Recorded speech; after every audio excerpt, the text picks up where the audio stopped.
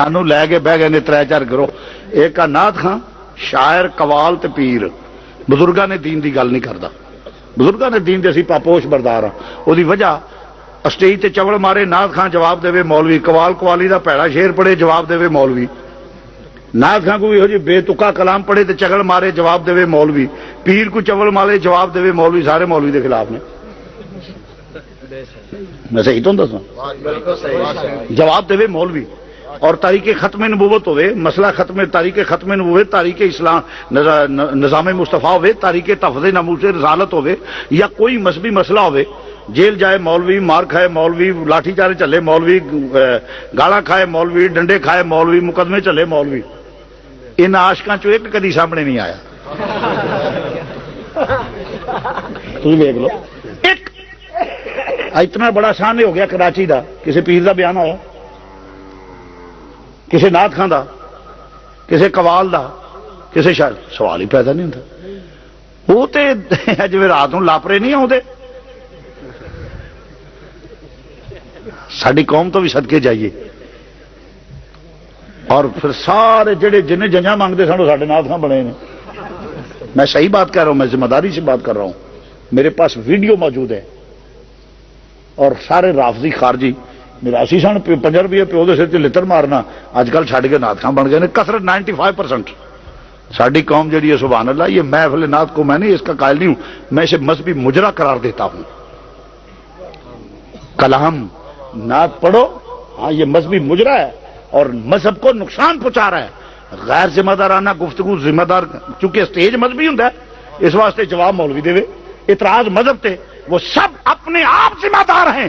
سنیوں کا وہ عقیدے نہیں. اگلے دن ایک ناز میں پڑھے میں عشرہ والے دن کملی تھلے لک جاؤں گا، اللہ مینوں لبے گا. میں کہ بندے دا پتر میں تھلے بس چول دی چول نہ ہوئے تے اللہ کو لکدا پھرنا، تو کفر بکنا پیا. ایک کفر ہے، اللہ کو کیڑا لکے گا؟ اکھے میں کملی تھلے لک جاؤں گا، پاگل دا پتر نہ ہوئے تے. میں کہ ضلالت تسی کرو تے جواب اسی دئیے. اور پھر اج کل تے انج بھی عجیب ہو گیا. پہلے ہوں سن نعت کو معقول نعت پڑھی جانی. ماشاءاللہ مسلم شیخ برخودار نے پڑھی، میں پہلے سمجھا نہیں لگیا کیا خوبصورتی سی اور کتنا پیارا عشق ہے حضور نال. ہوں ڈسکو دور ہے، سرما پاواں پہلا ہونا کہ چمک تجھے پاتے ہیں سب پانے والے، میرا دل بھی چمکا دے چمکانے والے. اعلیٰ دل یہ آخنا بھی عجب رنگ پر ہے بہار مدینہ کے سب جنتیں ہیں نثار مدینہ. جے کسی سادے ناز پڑھنے انہیں کہنے ٹھنڈی ٹھنڈی وگنی ہے پورے دیے وائے نہیں، آخی نبی پاک نو سانو بھی بلائے نہیں. انہیں بڑے ٹھنڈے جا پیار نہ گل کر. ہوں ڈسکو دور ہے، ہوں تو جناب علی کمال ہو گئی. ہوں سرما پاواں، کنگھی واواں، زلفاں لاواں، سرخی لاواں، پاؤڈر لاواں، ساڑی سواواں، اتنے جناب تلے دا کام کڈاواں، اچھی اڈی والی جتی پاواں، پوری چمک چھلو بن کے پھر مدینے شریف جاواں. میں کہا تو حضور دی بارگاہ چ حاضری دین چلے ہیں کہ ارباں دے بالاں دیاں ودائیاں اڑان جانا ہے. یہ کیڑی نعت کیا تماشا ہے. اور سب اور میراسی جنہوں کا کوئی مذہب نال پتہ ہی تعلق ہی نہیں، اور جو کرتے ہیں اسٹیج مذہبی ہوں جواب مولوی دے، جواب مولوی دے. ہائے ہائے. ایک بات عرض کر کے آگے چلتا ہوں. بارڈر تے یونیفارم پہن کر کھڑا ہے ایک سپاہی جو ہاتھ میں گن تھامے کھڑا ہے. ہندو، سکھ، گنڈا، مرٹا، گنڈا، اگر اسے پاکستان کی زمین، ملک، قوم اگر سب کچھ محفوظ ہے نا تو کس کی بدولت؟ وہ سپاہی. کیونکہ انہوں پتا جی اگے ودیا تے او دی گولی میرے سینے نو چھلنی کر دے گی، او دی گولی میرے سینے نو چھلنی کر دے گی. وہ سپاہی ہاتھ میں گن تھامے، موسم کیسا ہو، خزاں ہو، بہار ہو، ژالہ باری ہو، سردی ہو، گرمی ہو، جو بھی ہو، وہ بارڈر پہ کھڑا ہے. اگر کوئی اس بارڈر کے سپاہی کی اہمیت کو اگنور کرے گا تو وہ پاکستانیت، ملک اور قوم، بیٹیوں، بہنوں، بچیوں، بیٹیوں کی عزت ملک اور قوم محفوظ ہے تو بسبب اس سپاہی کے جو بارڈر پہ کھڑا ہے. اگر اس کو اگنور کرے گا تو وہ پاکستانیت اور اسلام اور غیرت کے نام سے واقف نہیں، وہ جاہل مطلق ہے. مثال دی ہے کہ مسئلہ ذہن نشین ہو جائے.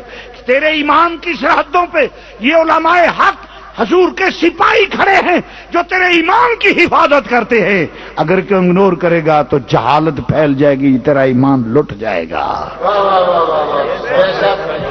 ایمان لٹ جائے گا، تیرا ایمان لٹ جائے گا، کانوں کے چسکے پورے کرنے والے تیرا ایمان لٹ جائے گا۔ اگر عظمت مصطفیٰ پہ کوئی حملہ آور ہو تو تجھے کیا علم کے دفاع کیسے، یہ علماء تمہیں بتائیں گے۔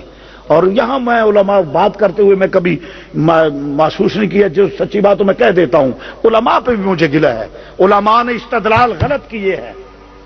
حسان بن ثابت او جی حضور دے سنا گا نبی نے چادر وچھاتی جی تے ممبر تے بہاتا، ادو جلسیاں دا رواج نہیں سی، ادو جدے تے تنقید ہوندی سی او بھی شاعری چ ہوندی سی۔ عرب کی تاریخ اٹھا کے دیکھو، عرب کی گدی میں شاعری شامل تھی، وہ تنقید کرتے تو اشعار میں، جواب دیتے تو اشعار میں۔ جب ناموس رسالت پہ حملہ ہوا نبی نے فرمایا کدھر ہے میرا حسان، آؤ ممبر بچھا کے، فرمایا بیٹھو، کملی بچھا کے فرمایا بیٹھو، ناموس رسالت کا تحفظ کرو۔ تو اللہ کے رسول نے، پیغمبر نے اگر چادر بچھائی ہے تو کس کے لیے؟ جو ناموس رسالت کا تحفظ کرے، تحفظ کرے اس کے لیے۔ اور پھر کیا کوئی ماں کا لال مجھے بتا سکتا ہے کہ حسان بن ثابت جاہل تھے؟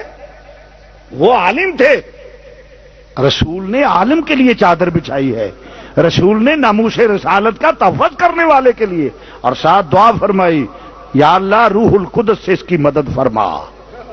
اور آج نبی کا عمل قوم کی تعلیم کے لیے ہوتا ہے، جو ناموس رسالت کا تحفظ کرے اس کے لیے یہ فضیلت ہے۔ سبحان اللہ۔